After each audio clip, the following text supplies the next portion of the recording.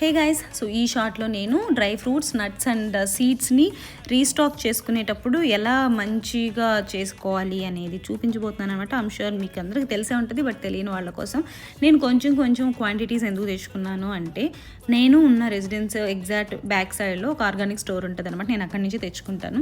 So that minimal క్వాంటిటీలో తెచ్చుకుంటే ఫ్రెష్గా ఉంటాయి, ఎప్పటికప్పుడు అయిపోతాయి 1 వీక్ 10 డేస్లో. సో దట్ మళ్ళీ రీస్టాక్ చేసుకోవచ్చు.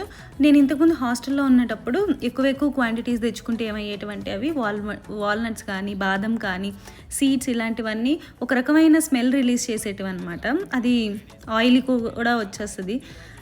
ఎంతంత ఎక్స్పెన్సివ్గా ఉంటాయి కదా, మనం అంతంత డబ్బులు పెట్టుకొని కొనుక్కొని అలా అయిపోతే మనం తినలేము, పడేయటానికి మనసు రాదు. ఇలాంటివన్నీ అవాయిడ్ చేయడానికి నేను కొంచెం క్వాంటిటీస్ తెచ్చుకుంటున్నాను. అలానే సీడ్స్ని ఇలా కొంచెం డ్రై రోస్ట్ చేసుకొని స్టోర్ చేసుకుంటే అవి ఇంకా ఎక్కువ బెనిఫిషియల్ అనమాట. అది ఈ షార్ట్.